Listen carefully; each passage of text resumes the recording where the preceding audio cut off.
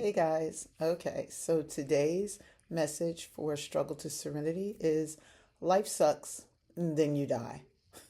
Let me start with the truth. Nobody puts on a motivational poster. Life isn't fair. I know. Not exactly the uplifting message that you were hoping for. But the sooner we accept that truth, the sooner we stop wasting our energy fighting a battle we were never meant to win. Life isn't fair. It's not fair that your coworker got the promotion when you're the one doing most of the work. It's not fair that your child is battling addiction while your friend's child just graduated from law school. It's not fair that you're signing divorce papers while someone else is celebrating their 25th wedding anniversary. It's not fair that you spent your childhood wondering if there would be enough money or groceries while your classmates seem to have everything handed to them. It's not fair that you've been praying for healing while someone else barely takes care of themselves and seems perfectly healthy. It's not fair that you buried a parent, a spouse, or a child way too soon.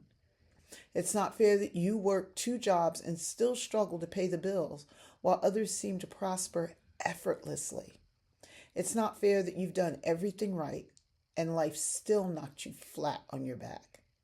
It's not fair that some people were born on third base and spending their lives bragging about hitting a triple. Life isn't fair. The problem is that many of us spend years arguing with reality. We keep looking at someone else's life and asking, why not me? Why does she have that body? Why does he have that income? Why do they have that marriage? Why did their business succeed? Why did their dream come true? Why does everything seem easier for them? The truth is, comparison is a game you will never win because no matter where you are, somebody will always have more. More money, more opportunities, more connections, more education, more talent, more support. But here's another truth. Somebody is also looking at your life wishing they had what you have. You may not see it, but you have advantages someone else would love to possess.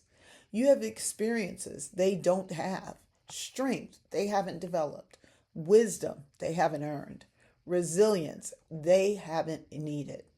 The question isn't whether life is fair. The question is, what are you going to do with the life that you've been given? See, you're not competing against other people. You're just not. You know that life isn't fair. And the bottom line is you're competing with yourself.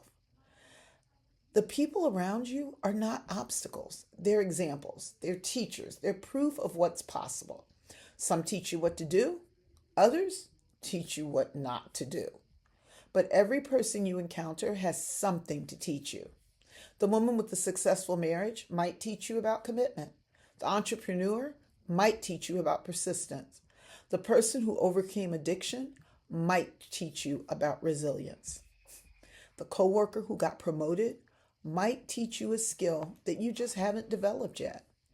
You can either resent them or learn from them. One will make you better, the other will make you bitter. And here's the thing about bitterness. It feels productive, but it really isn't. Complaining doesn't change your circumstances. Worrying doesn't change your circumstances. Resenting other people doesn't change your circumstances. All it does is trap you in them. It keeps you staring at a life that isn't yours while neglecting the very one that is.